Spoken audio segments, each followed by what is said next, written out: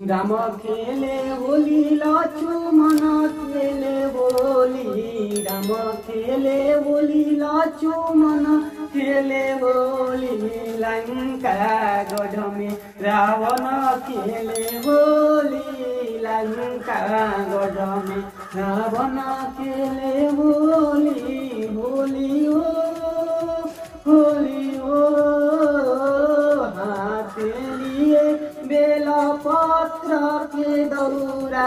मन के महादेव उजेली गौरा मन के महादेव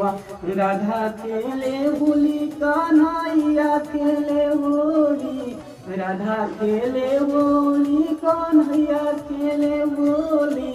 जमुना के तीरे गोपियन खेले होली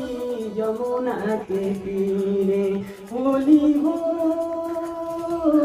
हो शिव खेले होली गणेश खेले होली संगवा में मई पार्वती खेले होली संगवा में माँ पार्वती खेले होली